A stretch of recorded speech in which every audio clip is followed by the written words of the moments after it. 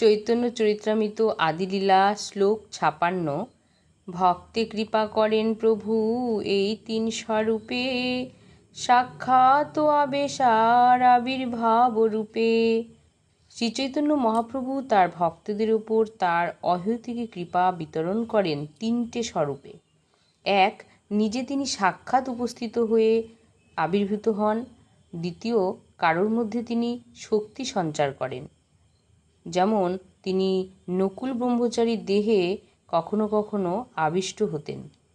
আর তিন, তিনি নিজে আবির্ভূত হতেন, যেমন যে কোনো স্থানে তিনি যত দূরেই থাকুক না কেন চলে আসতেন।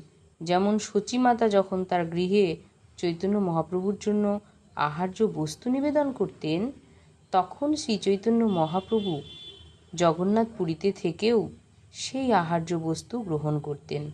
সচিমাতা যখন চোখ খুলতেন, দেখতেন যে সত্যি সত্যি সেই আহার্য খাবার তিনি খেয়ে গেছেন। তেমনি শ্রীবাস ঠাকুর যখন সংকীর্তন করতেন, সকলে চৈতন্য মহাপ্রভুর উপস্থিতি অনুভব করতেন, যদিও তিনি তখন ছিলেন সেখান থেকে অনেক দূরে। তাই এই তিন রূপে চৈতন্য মহাপ্রভু আমাদের কাছে এসে আবির্ভূত হতেন। জয় চৈতন্য মহাপ্রভু কি জয়। হরে কৃষ্ণ।